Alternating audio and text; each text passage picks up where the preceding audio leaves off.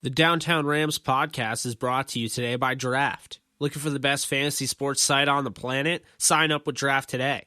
For a limited time only, our listeners will receive $3 matching their first deposit of at least $10. Use promo code DTR or visit draft.com/DTR to sign up now.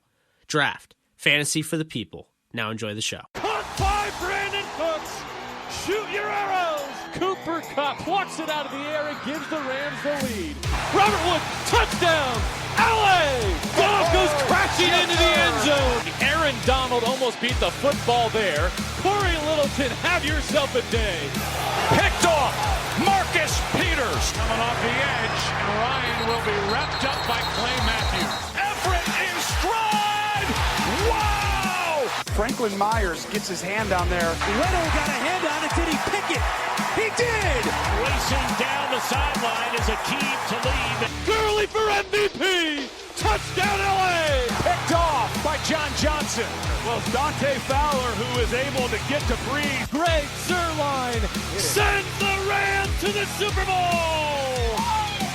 LA will play for the Lombardi! Welcome back, guys, to another episode of the Downtown Rams podcast. It's episode 238 to be exact.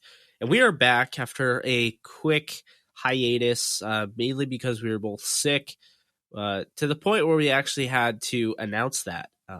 Not really a huge fan of telling everybody, hey, I'm sick, guys, but it hindered the process of, recording a podcast. So sorry about that, but we're back. There was a Thursday night football game that was played. You guys are listening to this on a Friday, or if you're listening to it later on. But yeah, Thursday night game. It's the last preseason game of the year for the Rams and for the Texans, who they played. And this game, obviously, there's really not a whole lot, to take away. That is so, I guess, so roster altering. You're looking at guys that, for better or for worse, are out there fighting for a job. Obviously nothing has been given to them if they're playing week 4. However, there were guys that were given roster spots to them, or at least we can assume, just based on the fact that they were in street clothes. And, I wasn't totally thrilled by that. Mike Thomas, who has proven nothing over the course of his career, Jojo Natson, and guys like Tanzel Smart, I don't know. I was a little shocked. Just looking at the game, I just think Brandon Allen kind of played himself out of the QB3 spot. I think it's Wolford's if it exists on the 53. But if it doesn't, then he's probably next in line for the practice squad, since I don't believe Brandon Allen has eligibility for that. But really, it was a tale of, John Wolford making some huge throws, 2 touchdowns thrown for a pretty abysmal preseason offense. That was probably the most exciting it got all preseason, and that came from John Wolford. And then the receivers, Kadarius Hodge and Nasimba Webster, who I think they should both make the roster. I know I'm a little biased because you and I interviewed Nasimba on this show, but Kadarius Hodge has not come on this show, and I don't understand why he was playing tonight and Mike Thomas wasn't. But we'll get into all that, and then of course Okoronkwo, who is playing because I think he already has a roster spot. He just really hasn't had time to play. He didn't play last year because of an injury. And then early on, he was set back. So, I think it was a pretty big game for him. But that's just really, looking at kind of the, just if you're, opening up this game, that's pretty much what you got. We can break it down in detail, but I don't want to go off the handle. Your turn. I think what's interesting about this 4th preseason game is it's the fourth preseason game. I mean, that's kind of, you saw it not only with the Rams, but you see it all over the league. Coaches can kind of already know their roster. They already kind of know what they want to do. And because of that, they're sitting guys who are going to make the roster because they don't want them to get hurt. They're putting them in street clothes. Again, you saw it with every single team, and you saw it with our team, the Rams. I mean, like you said, you had guys like Mike Thomas in street clothes, when he was someone who you thought maybe that wide receiver position was going to be quite a bit of a battle. And it was kind of shocking to see, him out. You saw Tenzel Smart out, which I also found shocking. And, I don't really know how I feel about it, because I do think that if a guy is going to make the roster, maybe you shouldn't play him, because I understand you don't want him to get hurt. But I think if it's a bubble guy, it must suck to be out there knowing like you're literally fighting for your life, and you might not even be fighting for your life, because you probably know that the coach and the rest of everybody else knows who's going to make the team. So that is kind of a bummer when you watch, the last game of preseason. It's like these guys are just throwing everything they have out into the field, because it's, could literally be make or break it. Some of the guys who played, within the next few hours, Jake, we're recording this just following this fourth preseason game. Between now and a couple hours from now, some of these guys are going to lose their job, and they're going to be cut, and they're going to, not really be sure what's happening next. So we're kind of, obviously we're going to wait and see what's going to happen there. But, I didn't have much thought about this game, because it just kind of seemed like everybody wanted it to be over with. The players who already made the team probably were like, come on, let's get this over with. Players who are fighting for their spot wanted to, quote unquote, get it over with. Fans, honestly, kind of wanted it all to get over with, because we want to hear the final roster. We want to break it down. We want to know who is finalized to be in the team. So I didn't really take much from this game. I will hit on maybe a couple points. I think the one thing that you brought up that I'll touch on real quick is Wolford. I think that, as you mentioned, if there's that quarterback 3 spot on the 53 man, I think that he should have it over Brandon Allen. I think everybody would agree with that. I mean, I don't know of anybody who's saying otherwise. I don't know if he ends up on 53 or if he ends up on the practice squad. I think, I think we should talk about guys now who we think will end up on the 53 man roster, because this has kind of changed a little bit. I mean, would you say that going into preseason, when we discussed who we thought would end up on the final roster until now, there's been some changes there? Oh, I mean, most definitely. I mean, well, you start to gain some knowledge as time goes on. So, here's someone I want to talk about first and foremost, because this deeply pains me. And we talked about this before we went on air, and I was like, we can't talk about it right now because I need to save all this for when I'm on air. But my boy Boogie Roberts, who I love, defensive tackle from San Jose State, he got a sack tonight. He played his heart out tonight, but I think it was too little too late. I think he definitely deserves to be on this team. Do I think at this moment he's going to be in the team? I don't. And the only reason I say that is because, like you mentioned to me, how Tenzel Smart wasn't even out there. He was in street clothes. That to me kind of was a stab at my heart, because that really made me feel like Boogie Roberts is not going to end up on the 53-man roster. I mean, what are your thoughts on that? I think it's a very realistic assumption. I was not expecting Tenzel Smart to kind of get the pass, but it looks like he is going to stick with this roster. I mean, unless they're, in street clothes because of an, unforeseen injury. I mean, I don't think that was the case, but yeah, Boogie played really well tonight. He had 4 or 5, I counted them, stuffs, and then of course he had the sack. So I think he definitely looked good tonight, as well as Marquise Copeland, a fellow UDFA from Cincy. But like you said, it was a little too late, because Boogie the thing is, you can be, putting on the pressure on the quarterback, and he did that. I mean, let's not forget, that hit on, I believe it was Cooper Rush.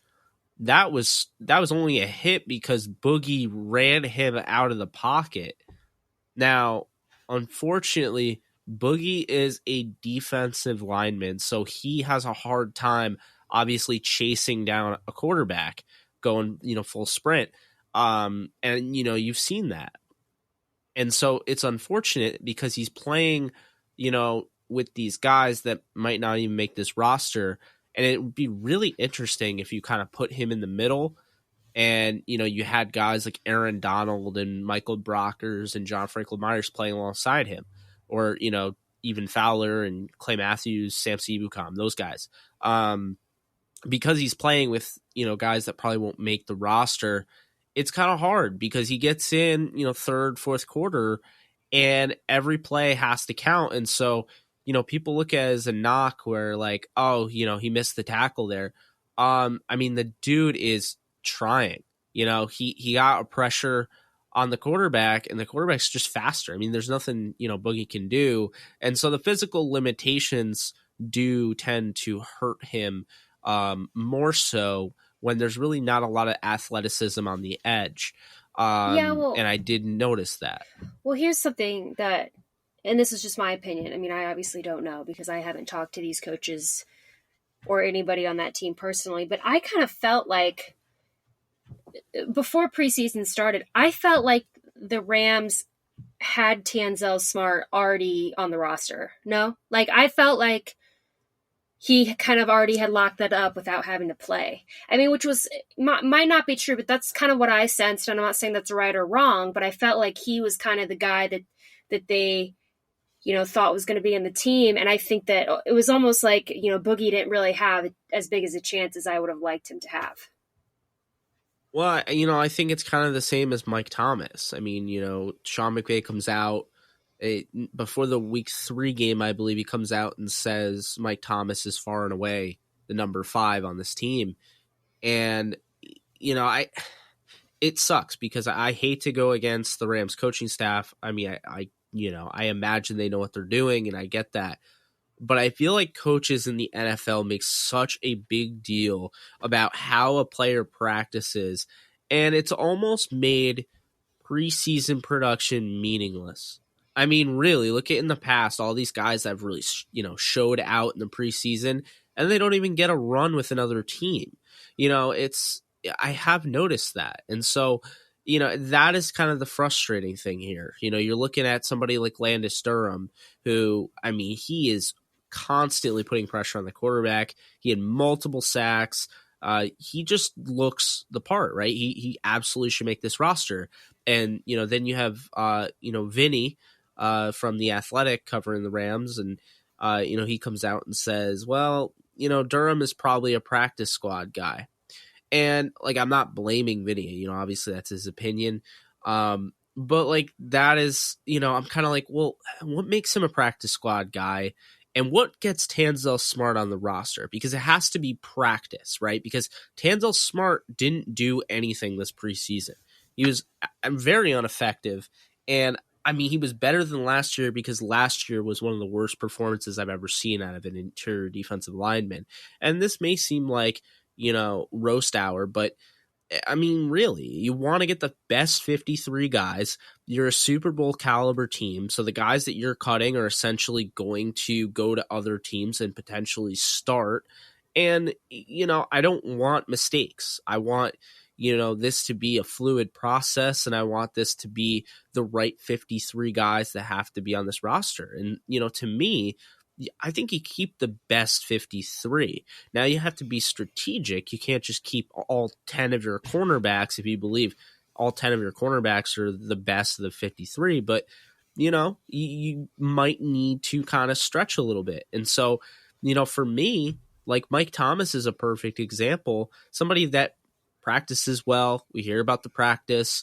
We heard about it in 2017. And then he gets suspended for the 4 games for the substance abuse policy, the PEDs. And like, to me, that, we can hold that against Mike Thomas because he hasn't done anything in the NFL, worth a mention. And then he finally starts turning it on in 2017's training camp. And then he gets hit with that 4-game suspension. 2018, he misses all of 2018.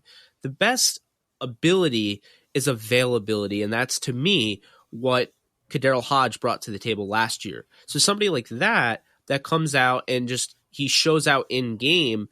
I don't really get why he's now, on the verge of not making the roster. So it's just that's kind of the conundrum here. The whole how much does preseason really matter? Is it just buzz talk, right? Is it just for the announcers to have something to get, the fans and get us all excited about as we, live tweet and, throw different video clips in there and try to pump up our guys when in reality, the roster's already been decided based on practice. Well, right. It sure seems that way. I mean, you know what I think? I mean, and this is going to get me in trouble with Rams fans, but here's the truth. I think it's different for every team. What I have seen from the Rams, and especially this year, is it feels like preseason does not, the games and maybe even practice don't really make a difference to them. And that's just what we've seen consistently. I mean, it's very rare for this team do you see someone make a team based on how they played in preseason games, right? I mean, I feel like the Rams have a pretty good idea and they have a pretty consistent view of who they want on their team. I think that they figure that out, whether it be in practice or whether it be off the field. I don't know how they do it. I'm just saying it feels to me that they kind of know who's going to be on their team. And then preseason is just because, they got to do it. I mean, I just don't think, and I'm not saying that's right or wrong. I think it's different for every team. I think sometimes you see teams and you'll see a guy ball out in preseason, right? And then he makes the team. I don't really see that happening here. I mean, is there anyone who's played this year that has really kind of just balled out and gone balls to the wall and played their heart out who we didn't think was going to make the roster and now is? I mean, is there really one person? Am I missing it? I mean, if there's anybody in that, I guess anybody in that category, that would probably be Darius Williams. Yeah, maybe though. The cornerback that they got last year. But see what I mean? There's no one, and I don't know why that is, but it doesn't seem to happen. I'm not saying, again, I'm not trying to go off the wall here and say that that's so terrible, but what I'm saying is I think the Rams have known what they're going to do. I think you've seen it in the way that they play people. They've given, preseason is kind of supposed to be a showcase for players who were either drafted late or were not drafted at all. I mean, that's really who it's for. And there was a lot of players who were in that category for the Rams who barely played. Barely. Maybe they played tonight, but players who I felt should have maybe gotten a more of a fair shake and maybe, a bigger chance to showcase what they could do against, other NFL teams. One of them being Matt Goldburn. Yeah, I didn't like how he didn't get in until like the fourth quarter, and then he's actually having a good game, and unfortunately, he has that unfortunate fumble. But my biggest gripe in this game was the fact that I did not see Bobby Evans in there. I am sorry, you did not win anything.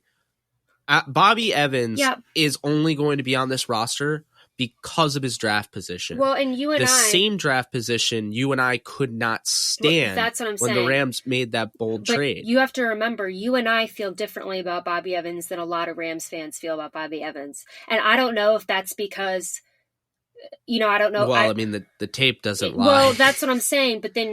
But you also have people who are, want to, maybe give the front office more credit for seeing something maybe we're missing, because obviously, I mean, that's fine, which is fine, I get that. But also, I mean, he has played. I mean, he did play tonight, but when he has played, he hasn't been great. So, again, I would be more comfortable with this if he had gone out and played and been a rock star and killed it, and they, didn't play him tonight because they don't want him to get hurt. I get that. But the way he's been playing has been pretty worrisome. I mean, that's like by far. I'm legitimately terrified, honestly. And like you spent a 3rd round pick on a guy that doesn't look any bit ready. he's raw steak. Yeah. And I don't think he'll be ready next year. And I don't know if he'll be ready in 2 years. Well, I mean, you know, I think that's a legitimate concern. Like, it was so much of a concern. The Rams just signed Abdul Beecham, a guy that I really liked when I turned on Dalton Reisner's film. I saw the other guy, number 61, making play after play on the offensive line. And I was like, who is this guy for K-State? And it was Abdul Beecham. And Rams fans could the Rams signed him, and I was so excited because I liked his film, but I think the Rams really just don't have much on this offensive line after the starters.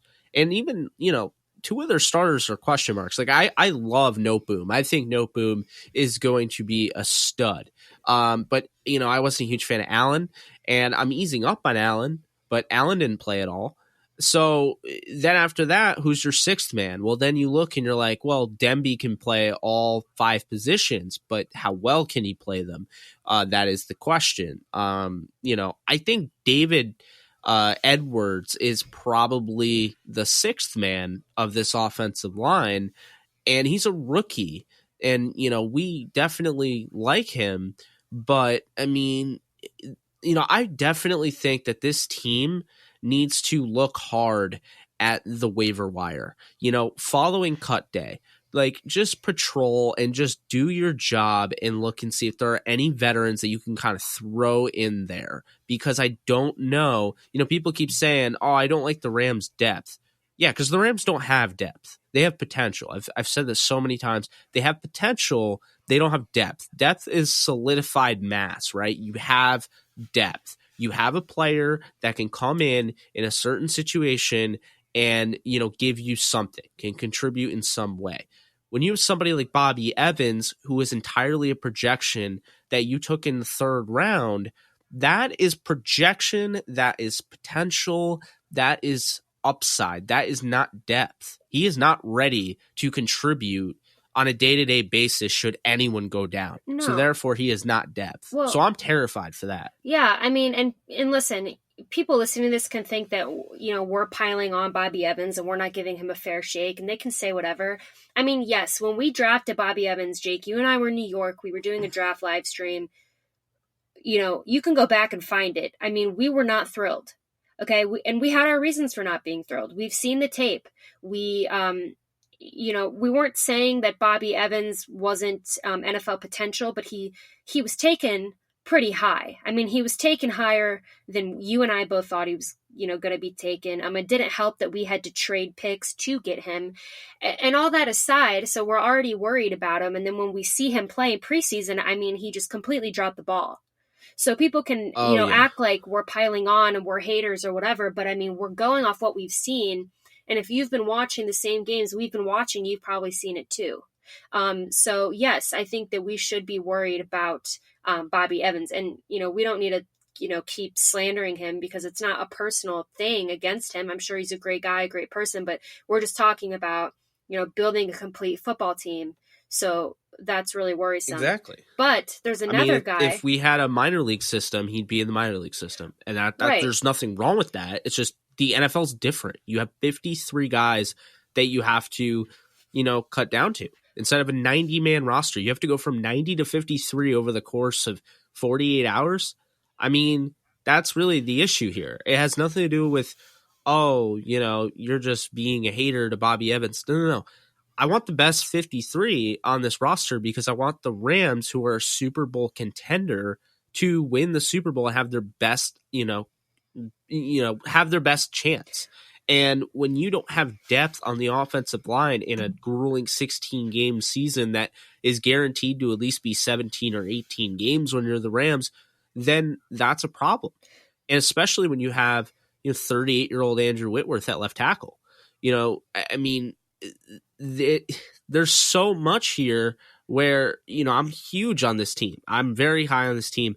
But, should an injury happen to Whitworth or somebody on the offensive line, I just don't know what would happen. I mean, I think the Rams could probably, figure it out. They might have to kind of double guys up. They might have to strategically use their tight ends. bring in an extra offensive lineman, but I mean, it wouldn't be good at all. Well, there's another offensive lineman who I think should make this team, and who I actually think might have a pretty good shot at making the team is Vitas Hrenkowicz. I mean, and I thought he had a really good preseason. I thought he did too. He didn't get in a lot though. No. That's the problem. See, and that's what I'm saying. It's some of these guys that I think certainly have the talent to be on the team, aren't playing a lot. And people can say, oh, well, how do you know that? Maybe, because we're not seeing practice, right? For the most part. I mean, we're not watching these guys in practice. So maybe they have been having bad practices and that's where the Rams are coming from. But I'm sorry, maybe it's just me. I don't care. I'm watching how they're playing against other NFL players. I'm watching what they're doing to contribute to their team. I'm watching how they're helping the Rams win. And Vitas is one of those guys who's doing that. And I think he certainly should be on the roster, especially when we have a roster that is very thin at O-line. No, I agree. And I think another guy, Chandler Brewer, who I thought had a really good preseason. He was probably one of the best. He might have been the best offensive lineman I saw. And he's the UDFA. He's the one with the crazy story because, I mean, he literally had non-Hodgkin's lymphoma, fought through that and signed with the Rams. And I mean, here he is. So, I mean, he absolutely has to make the team. He was so good as a run blocker. And this is just somebody that's constantly working. Once you knock out your first assignment, your deed isn't done until the whistle's blown. So he knows that. He gets to the second level. I love that about him, and I think this is somebody obviously needs to work in pass pro, but he looked really good in preseason. And I mean, he was in early and often, guys like Matt Caskey and, guys like Brandon Hittner, you kind of expected more out of those guys and they didn't really show up. But I think Brewer did, and Brewer deserves a spot on the roster. And you know what? I'm going to lock this one in. I believe 100% Chandler Brewer will be a Los Angeles Ram in 2019. I believe he will make this 53-man roster. I can't say that about Vitas because he just didn't get enough playing time, but I definitely would put money down that Chandler Brewer makes his 53-man roster. Yeah, and by the way, does it sound like I'm yelling? I'm trying to get confirmation. I can't hear myself, so I don't know if I'm talking like loudly or I don't know how I sound. So if it sounds like I'm yelling, I'm not, even though I probably should be, because you know what, there's going to be, Jake, I know there's going to be some roster moves that are going to make me mad. And I'm sure there's going to be some that are going to make you mad, and there's nothing we can do about it. So it's not worth getting. Well, we can vent over text messages. Right. That's what we'll probably do. But here's, right. But here's someone else I wanted to talk about. Is Kendall Blanton. Now, I know I've been pounding the table for Kendall Blanton since week 1 of preseason. I've been basically jumping up and down about him. I always bring him up, and listen, it's not just because he went to Mizzou, but obviously because he went to Mizzou, I got to see him play a lot, and I really liked what I saw. Jake, I've liked what I've seen this preseason. Has he been perfect? No. Does he have a lot to work on? Yes. But look at the touchdown tonight.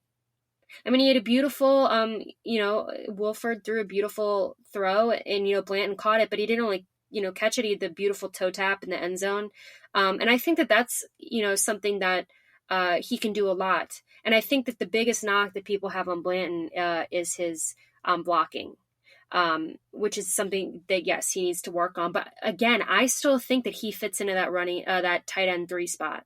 And I know that, you probably don't agree, but I mean, he should at least be tight end 4. I mean, don't you think he's at least jumped ahead of Brooker and Brown? Yeah. So I have such a bone to pick with Brown. Keenan Brown, I don't think had a throw his way, which is asinine. I mean, he was at the combine. This is somebody that might have been the best receiving tight end of the bunch that, they brought in. And I saw they were using him as an H-back. God, it pissed me off because it's like, he literally did not have a shot. I mean, he didn't even get to play. it sucked to see, you know, a guy that we like, obviously came on the show, Romello Brooker, who struggled with drops. You know, that's definitely been the biggest way to get cut as a tight end. You know, he could land on the practice squad, but you know what? I think it's a really close battle now between, you know, keeping 4 and adding Kendall Blanton to the mix, you know, because I think that they're going to keep Johnny Munt. I think really that's what it is. I think they're either going to keep Munt and keep just 3, or they're going to bring Blanton into the fold and keep 4 and work with him and try to develop him as a receiving tight end and, you know, develop his blocking more. He had a touchdown today. You know, he is your guy. He was impressive today. I mean, he did miss. He whiffed on a block so badly, and then he got caught on a hold. But again, that's just, you know, he has to get better in that area. And like I said, he was unfairly kind of labeled as a blocking tight end because Alberto is, you know, in Mizzou as well. Mm-hmm. And so when those two are playing, they'd just be like, oh, the other guy's just not as good, so we'll call him a blocking tight end, which actually just took away from what Blanton brought to the table, in my opinion. So I would definitely be cool with keeping 4 if they could make that work. I honestly don't think Johnny Munt did enough to, you know, be guaranteed a roster spot, but I don't think he did enough to hurt his chances, if that makes sense. Like, I think he kind of evened out his stock, whereas Blanton went up in the last game. And I don't think anybody can take that away from him because they were both playing in the last game.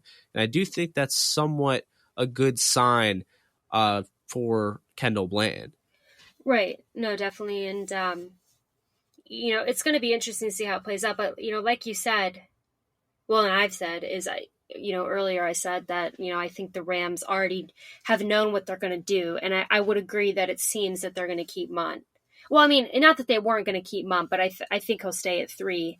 I don't know if they'll keep 4. I mean, Kendall could easily end up on that practice squad. Yeah, I mean, I think we've touched on pretty much everything. It's hard when it's the last preseason game because you kind of watch and it's like you're watching, but you're really just kind of like knowing that it's not going to change much. I mean, I'm 99% sure that the Rams went into that 4th preseason game and knew what the 53-man roster was going to be. I'm 99.9% sure that last preseason game didn't change anything. I mean, would you agree? You know, I wouldn't know until we're in that film room and they're actually looking over that stuff. I mean, I wouldn't know. I think one big thing is I think it really helps Okoronkwo's confidence. Dude had 2 sacks, a forced fumble. He was all over the field. And I feel like he was only playing, like I said, you know, he already had a roster spot locked up. He just hasn't had an opportunity to suit up and play. So now that he's getting a chance to play, we're seeing, you know, everything we saw on film, you know, as a Sooner. I mean, he is relentless.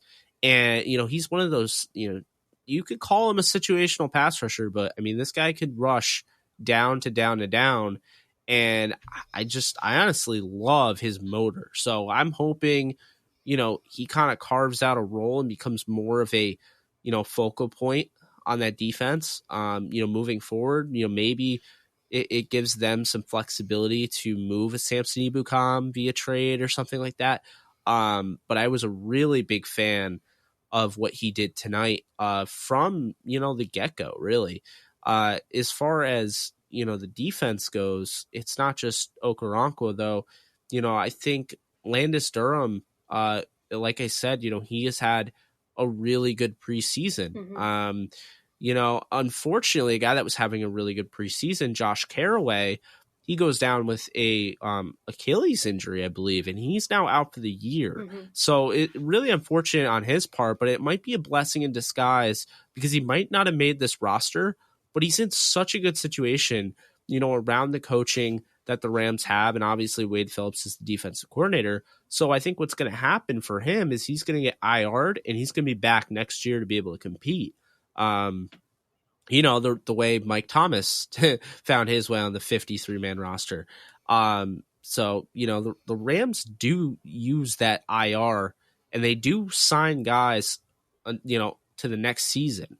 It's a good sign to see somebody like Morgan Fox, who suffered a season-ending injury last year, but clearly this team really likes him because he was in street clothes, and it looks to me like he's going to make the team. And I'm a fan of his, so I like that. It was weird to see John Franklin Myers playing. I don't think he had a great preseason, but I also think he was kind of, the lone wolf there. He got double teamed quite a bit. I mean, to be expected, he was the best on the line. So that Natrez Patrick, he did not play. He is on this roster, and I'm actually really thrilled about that. I think this is somebody that, showed you the versatility. The Rams, you're not, seeing things. I mean, he was originally an inside linebacker coming in, and the Rams moved him to the outside, and they kept him there even after the injury to Micah Kiser. And they like him at outside, and he thrived. So, I think they really like what he brings to the table. Part of me believes that, Dakota Allen definitely, not part of me, Dakota Allen is definitely going to make this roster. And I think he has a future as a potential starter down the road. He's just everywhere. But Traven Howard, who, suffered an injury, I think he is going to make this roster. So it's kind of interesting because, really what your roster becomes 3 years into your, head coaching tenure, basically what it ends up becoming is that it's a mixture of guys you drafted, guys that you signed, and guys that the previous regime drafted. And that's exactly what it is. Well, so real quick, I think it's becoming, a little interesting there. Well, real quick before we go, I just have to throw this little tidbit in here for our boy Dan Gleason, who you and I both adore. But we had a fantasy draft tonight, and at number 5, Dan Gleason drafted Ezekiel Elliott, and I just got a breaking news update on my phone. A statement from Jerry Jones saying that he does not expect Zeke Elliott to play for the first few games at least. And I quote, I'm operating as though right now he's going to miss regular season games. I just accept that. And kind of gave a statement basically, saying that, he wants Zeke back, but it's looking like he's not going to be back at least for week 1. So we know Dan is going to hear this. We saw Tony Pollard. Yes. We saw Tony Pollard in the preseason. Yep, that's a guy who I wanted to take. Someone else ended up taking him, but I'm telling you guys, if you, for whatever reason, haven't done your fantasy draft yet, Tony Pollard is maybe a late-round pick to pick up on. Maybe even a mid-round pick now that Zeke Elliott is... Yeah, he's a mid at this point.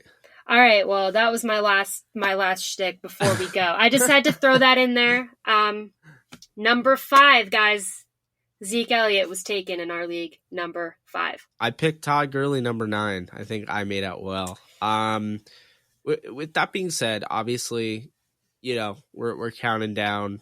It's unfortunately these guys at their last days of being Rams are coming down to the wire, and I don't know if they're being told today or tomorrow or Saturday. I don't know how they're going to do it.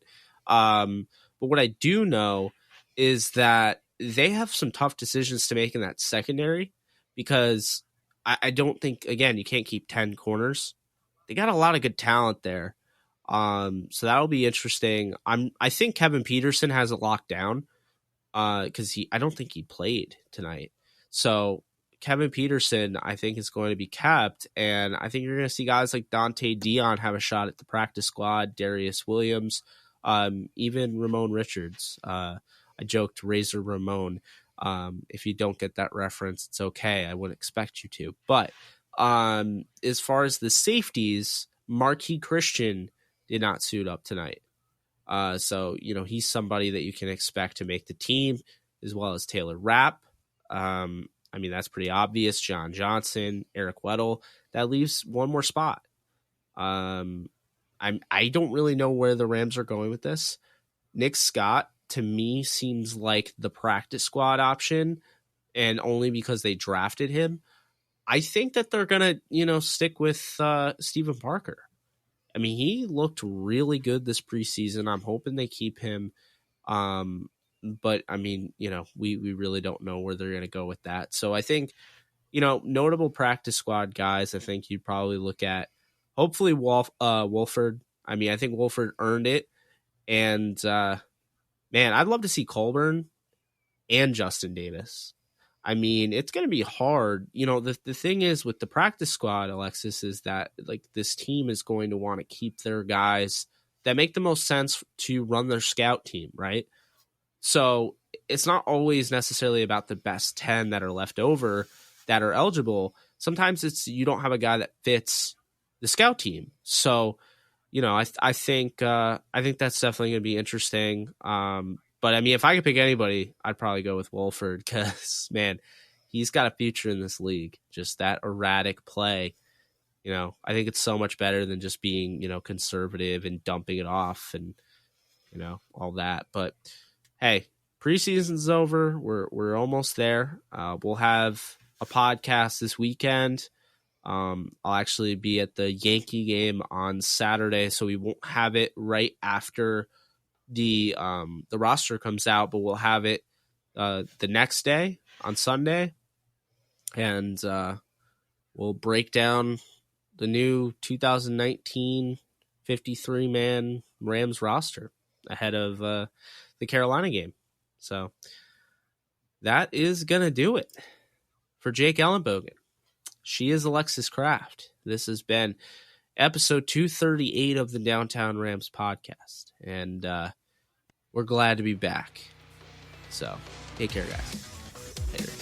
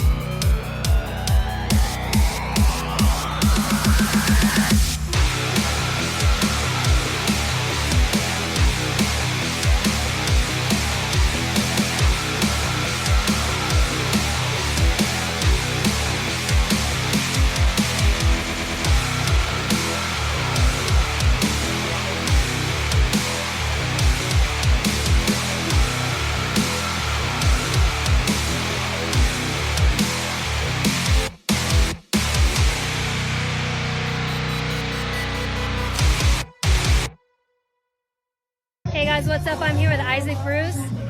Hey, Downtown Rams, what's going on? Hope everything's well. Coming into every episode.